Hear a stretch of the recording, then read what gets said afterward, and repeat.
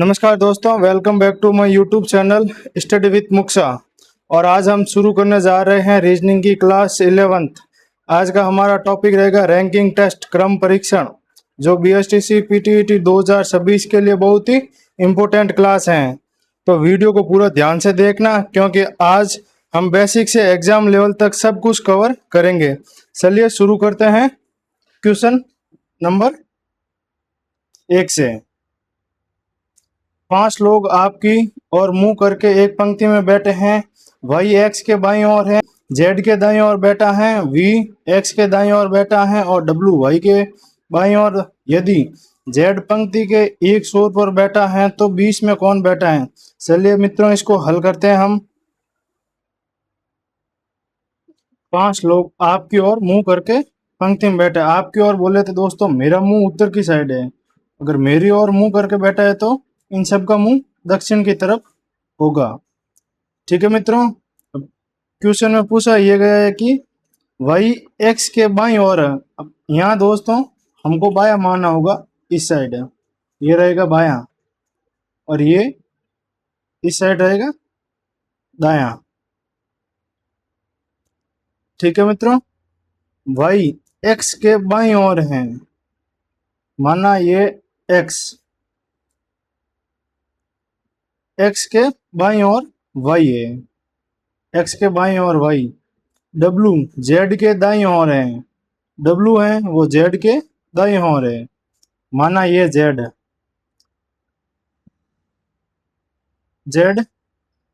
माना जेड के दाईं ओर। अब दाईं ओर इस तरफ होगा तो यहाँ पे डब्लू। ठीक है मित्रों, वी एक्स के दाईं ओर बैठा है, वी है वो एक्स के दाईं ओर बैठा है, एक्स का दाईं इस तरफ होगा, वी यहाँ बैठा है। 5 लोगों का पूछा गया है, 5 लोग हो चुके हैं, दाईं ओर बैठा है और डब्लू वाई के बाईं ओर है। डब्लू है वो वाई के बाईं ओर, डब्लू वाई के बाईं ओर, इस तरफ ये बायां, तो इस ओर सही है। यदि जेड पंक्ति के एक छोर पर है, सही है, जेड पंक्ति के एक छोर पर बैठा है तो बीच में कौन बैठा है? दोस्तों बीच में, इसमें इसका राइट आंसर है वाई। ऑप्शन नंबर सी इसका करेक्ट आंसर है, क्योंकि यहाँ पे पूछा गया है कि बीच में कौन बैठा है। बीच में वाई बैठा है, 2 इस तरफ और 2 ही इस तरफ, और बीच में पूछा गया है तो बीच में वाई बैठा है। ठीक है, अगला क्वेश्चन हल करते हैं। Question number 2। राखी नीता से लंबी है लेकिन बबीता से लंबी नहीं है। लीला राखी से छोटी है लेकिन गरिमा से लंबी नहीं है। इन सब में सबसे ज्यादा लंबा कौन है? अब इसमें यह पूछा गया कि सबसे ज्यादा लंबा कौन है। ठीक है मित्रों, इसको भी हल करते हैं हम। राखी नीता से लंबी है, नीता से लंबी है राखी नीता से लंबी है लेकिन बबीता से लंबी नहीं, बबीता से लंबी नहीं है, तो बबीता सबसे ऊपर, बबीता। लीला राखी से छोटी है, लीला राखी से छोटी है लेकिन गरिमा से लंबी है। गरिमा से लीला लंबी है तो सबसे छोटी इसमें गरिमा हुई।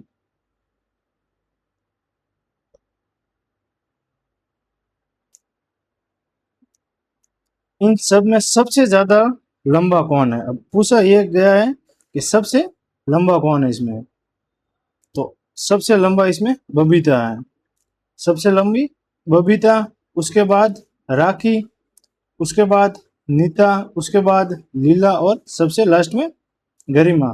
ये जोड़ा बनेगा दोस्तों। तो पूछा है सबसे लंबी, तो सबसे लंबी है बबीता। इसका राइट आंसर है ऑप्शन नंबर बी, बबीता। अगला क्वेश्चन देखते हैं, क्वेश्चन नंबर 3 को हल करते हैं हम। 30 बच्चों की एक कक्षा में शरण शीर्ष से 9वें रैंक पर है, मनीष शरण से 5 रैंक नीचे हैं। थल से मनीषा का रैंक क्या है। अब तल से पूछा गया कि मनीष की रैंक क्या है। चलिए इसको भी हल करते हैं हम। 30 बसों की एक पंक्ति, ये एक पंक्ति है जिसमें कुल बच्चे कितने हैं, 30 बच्चे हैं। शरण शीर्ष से 9वें रैंक पर है। शरण यहाँ से 9वीं रैंक पर है। मनीष शरण से 5 रैंक नीचे हैं। 1 2 3 4 और 5वीं रैंक पे यहाँ पे 9 10 11 12 13 और 14। अब यहाँ पे मनीष की रैंक कौन सी है, 14 नंबर पे। 14 नंबर पे मनीष बैठा है। तल से मनीष की रैंक, अब नीचे से पूछे गए मनीष की रैंक क्या होगी। अब टोटल हमको पता है कुल 30 बसें हैं, ऊपर से रैंक पता है 14वीं, प्लस 1 कर देंगे क्योंकि ऊपर से 14 माइनस करने पर इसमें से मनीष भी हट जाएगा, तो मनीष को वापस ऐड करना पड़ेगा, तो इसलिए हमने प्लस 1 किया। 30 माइनस 14 प्लस 1 तो बराबर ये हो जाएगा 17। 17 हो जाएगा। ऑप्शन नंबर ए इसका राइट आंसर है। तल से मनीष की रैंक है 17वें नंबर पर। 17वें नंबर पर तल से इसकी रैंक रहेगी। चलिए अगला क्वेश्चन हल करते हैं। विद्यार्थियों की एक कतार में नीता दाहिने से 8वीं एवं राजा दाहिने से 16वां है। कतार में कितने लड़के हैं। यहाँ पे कतार में बॉयज पूछे गए, कितने बॉयज हैं, ये क्वेश्चन है ये। चलिए इसको हल करते हैं। नीता दाहिने से 8वीं, दाहिने 8वीं, राजा दाहिने से 16वां। कतार में कितने लड़के हैं, इसमें पूछा गया है लड़के कितने हैं। तो ये दोस्तों हल नहीं कर सकते क्योंकि इसमें अपर्याप्त आंकड़े हैं। इसमें कंफर्म नहीं है कि लड़के कितने और लड़कियां कितनी है, इसलिए ये हल नहीं किया जा सकता। इसलिए इसका ऑप्शन नंबर डी सही होगा, अपर्याप्त आंकड़े। अगला क्वेश्चन देखते हैं। Question number 5। आशा गरिमा से भारी है, मीना जोली से हल्की है, पुनीता जोली से भारी है, लेकिन गरिमा से हल्की है। इन सब में सबसे भारी कौन है। पूछा ये जा रहा है कि सबसे भारी कौन है। ठीक है इसको हल करते हैं। आशा गरिमा से भारी है। आशा गरिमा, इसका मैं शॉर्ट नेम में लिख देता हूं। आशा है जो गरिमा से भारी है, आशा। मीना जोली से हल्की है, पुनीता जोली से भारी है। जोली से भारी है पुनीता, और मीना जोली से हल्की है। मीना जोली से हल्की है, लेकिन गरिमा सबसे हल्की है। ठीक है मित्रों, इन सब में सबसे भारी कौन है। अब इसमें पूछा यह गया कि इन सब में सबसे भारी, सबसे भारी तो मित्रों ए, ए बोले तो आशा, आशा सबसे भारी है। ऑप्शन नंबर डी इसका करेक्ट आंसर है, क्योंकि इसमें पूछा यह गया है कि आशा गरिमा से भारी है। गरिमा से भारी आशा। मीना जोली से हल्की है, मीना जोली, जोली से हल्की है मीना। पुनीता जोली से भारी है, पुनीता जोली से भारी है। ठीक है मित्रों, इसका राइट आंसर है आशा। चलिए अगला क्वेश्चन देखते हैं। Question number 7। 16 लड़कों की एक कतार में जब आशीष को बाईं तरफ से 2 स्थान स्थानांतरित किया जाता है तो वो बाएं शोर से 7वां हो जाता है। कतार में दाहिने शोर से उसकी पूर्ववर्त स्थिति क्या है। कतार में दाहिने शोर से उसकी पूर्ववर्त स्थिति पूछी जा रही है इसमें। चलिए इसको भी हल करते हैं हम।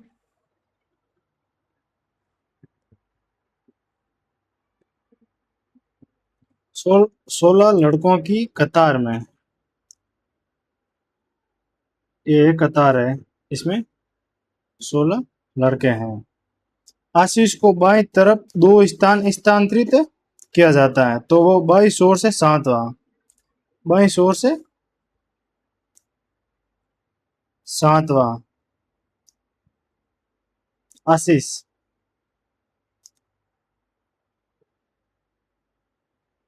बाईं तरफ 2 स्थान स्थानांतरित है, तो पहले की स्थिति 1 और 2, 9वें स्थान पे था पहले।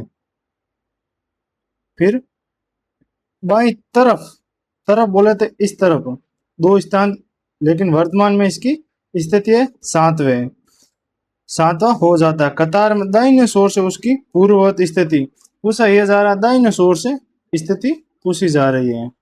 तो पहले थी 9 नंबर पर, वर्तमान में 7वीं, लेकिन अब ये पूछा जा रहा है कि इसमें पहले की कौन सी है। पूर्ववर्त बोले तो पहले की स्थिति कौन सी थी, 9, टोटल 16 है, 16 में से 9 प्लस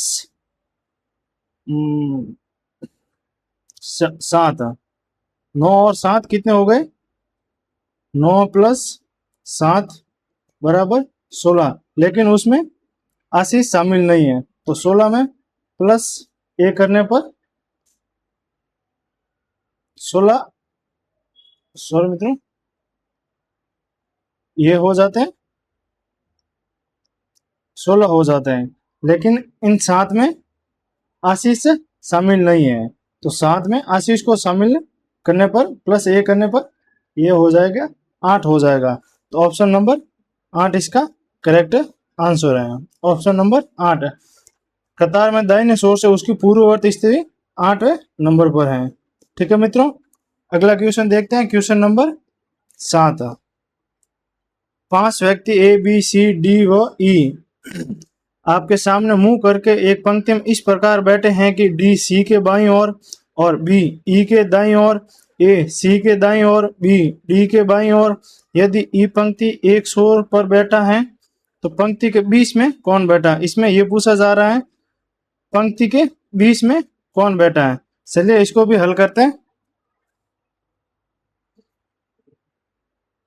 आपके सामने मुंह करके बैठे हैं, आपके सामने दोस्तों मेरा मुंह उत्तर की तरफ है, तो इन सब का मुंह दक्षिण की तरफ होगा, तो इसका इन सब का ये वाला हिस्सा बाया हिस्सा होगा और ये वाला दाएं तरफ। ठीक है, इसमें 5 है, 1 2 3 4 और 5। ठीक है मित्रों, और इसमें ई पंक्ति के एक छोर पर बैठा है, मान लेते हैं ई या तो इस तरफ बैठा है या फिर इस तरफ। ठीक है, इसको हल कर, डी सी के बाईं ओर है, सी के माना ये सी के बाईं ओर बोले तो इस तरफ डी, और बी ई के दाईं ओर है, ई के दाईं ओर दोस्तों ई अब यहाँ बैठेगा, ये राइट, ई के दाईं ओर बोलने पर बी यहाँ आ गया।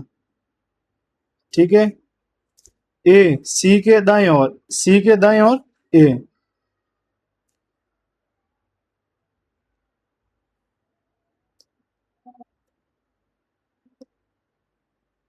यदि ई पंक्ति एक शोर तो पंक्ति के बीच में कौन बैठा है, बीच में दोस्तों डी बैठा है, डी, इसका option number D right answer है, क्योंकि डी बीच में बैठा है और इस प्रश्न में यही पूछा गया है कि बीच में कौन बैठा है और बीच में डी बैठा है।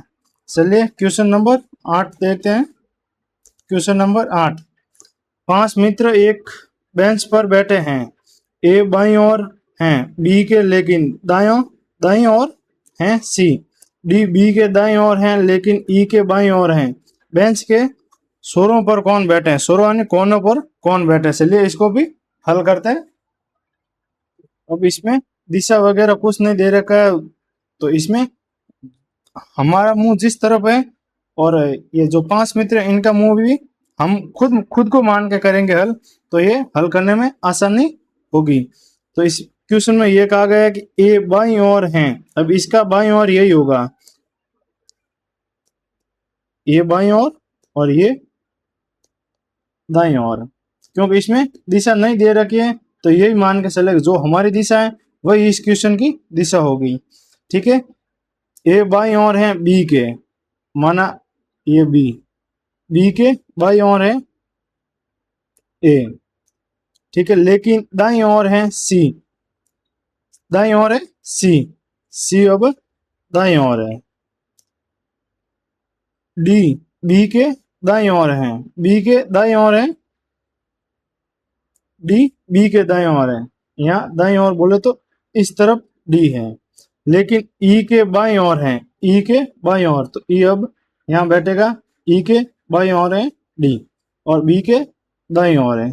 ठीक है, बेंच के दोनों कोनों का पूछा गया है, तो अब इसको एक कोने पर थे बाईं ओर थे सी और दूसरे कोने दाहिने ओर पर है ई, तो इसका करेक्ट आंसर है सी और E. Option number D correct answer है इसका।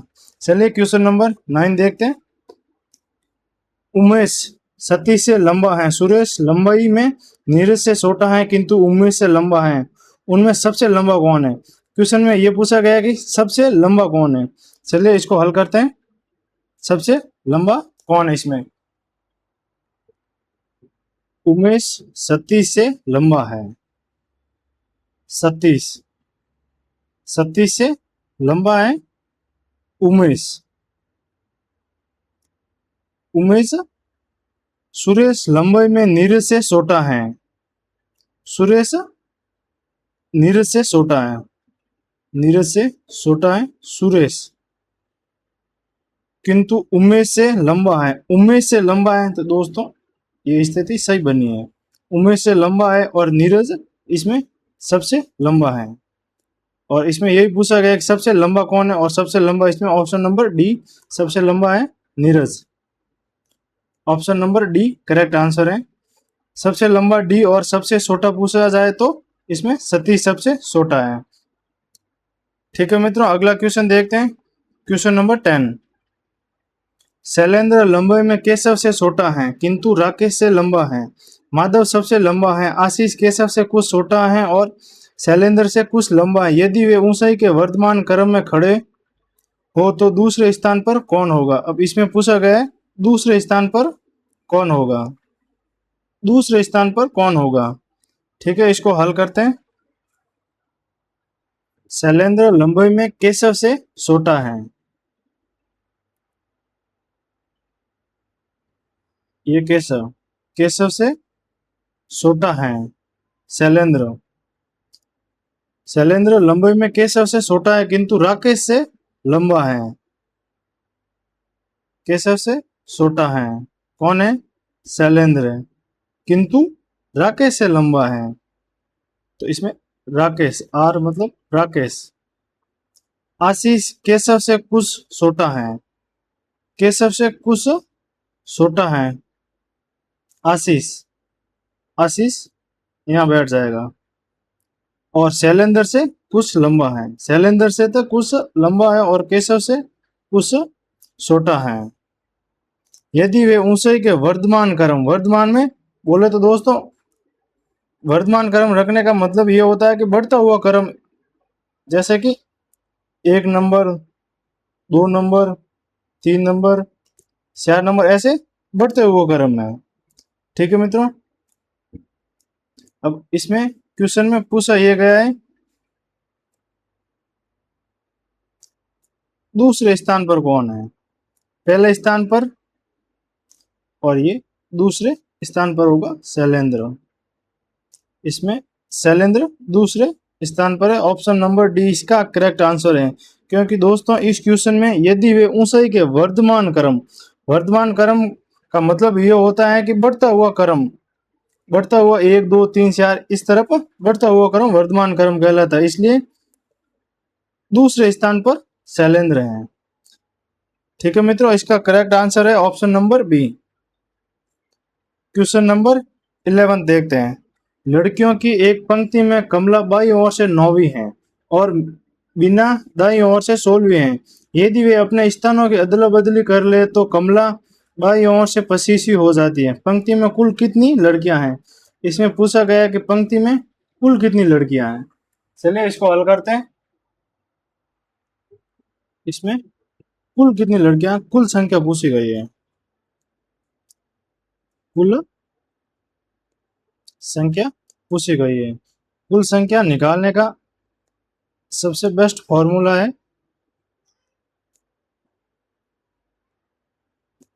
एक का नया स्थान प्लस दूसरे का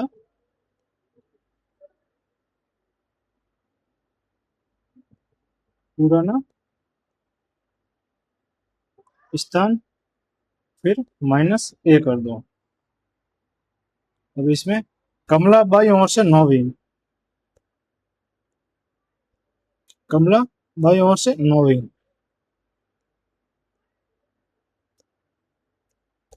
और बीना, एक है बीना, एक कमला और एक बीना, बीना दाई ओर से 16वीं। यदि वे अपने स्थानों की अदला बदली कर ले तो कमला बाई ओर से 25 हो जाएगी, कमला 25 हो जाएगी। इसमें अब कुल पूछे गया है। हमारा फॉर्मूला क्या कहता है, ए का नया स्थान, ए का नया स्थान, ये नया स्थान कमला का 25 प्लस दूसरे का पुराना स्थान, पुराना स्थान प्लस 16 और माइनस इसमें एक करने पर 16 माइनस 1 15 और 25 ये हो जाएंगे 40 हो जाएगी, 40। इसका करेक्ट आंसर है ऑप्शन नंबर सी, 40। कुल संख्या है, पंक्ति में कुल कितनी लड़कियां हैं, तो इसका करेक्ट आंसर है पंक्ति में टोटल 40 लड़कियां हैं।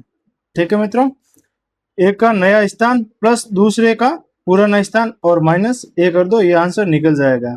सबसे आसान तरीके से करने का ये ट्रिक है। क्वेश्चन नंबर 12 देखते हैं।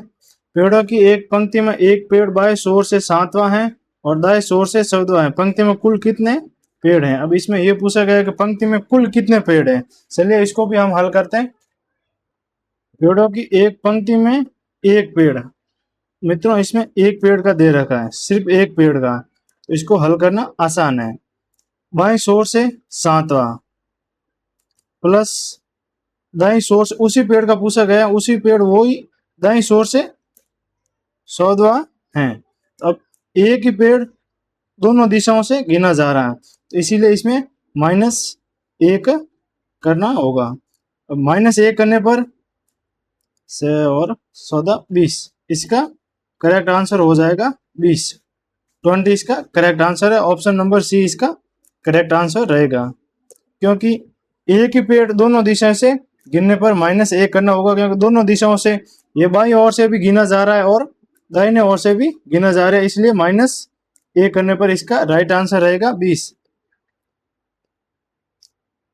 इस क्लास का ये अंतिम क्वेश्चन है, क्वेश्चन नंबर 13। आयु में सीता स्वप्ना से बड़ी हैं, लावण्या स्वप्ना से बड़ी हैं लेकिन सीता से छोटी हैं। सुवर्णा हरि और स्वप्ना दोनों से छोटी हैं, स्वप्ना हरि से बड़ी हैं, सबसे छोटी कौन है। चलिए मित्रों इसको हल करते हैं। इसमें यह पूछा जा रहा है कि सबसे छोटी कौन है। सीता सपना से बड़ी है, माना एस, बड़ी है सीता,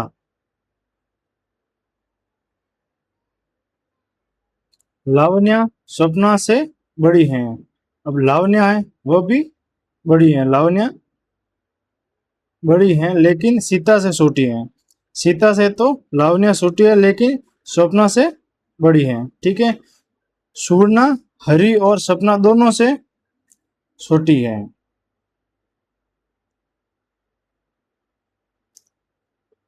सुवर्णा, सुवर्णा हरि और सपना, माना यहाँ पे हरि दोनों से छोटी है, सपना हरि से बड़ी है, हरि से बड़ी है स्वप्ना। सबसे छोटी कौन है, साफ साफ दिख रहा है दोस्तों इसमें कि सबसे छोटी कौन है। ऑप्शन नंबर सी इसका राइट आंसर है ऑप्शन नंबर सी। दोस्तों अगर आपको वीडियो अच्छा लगा हो तो वीडियो को लाइक करना और दोस्तों को शेयर जरूर करना और चैनल को सब्सक्राइब करना मत भूलना दोस्तों। Thank you all friends.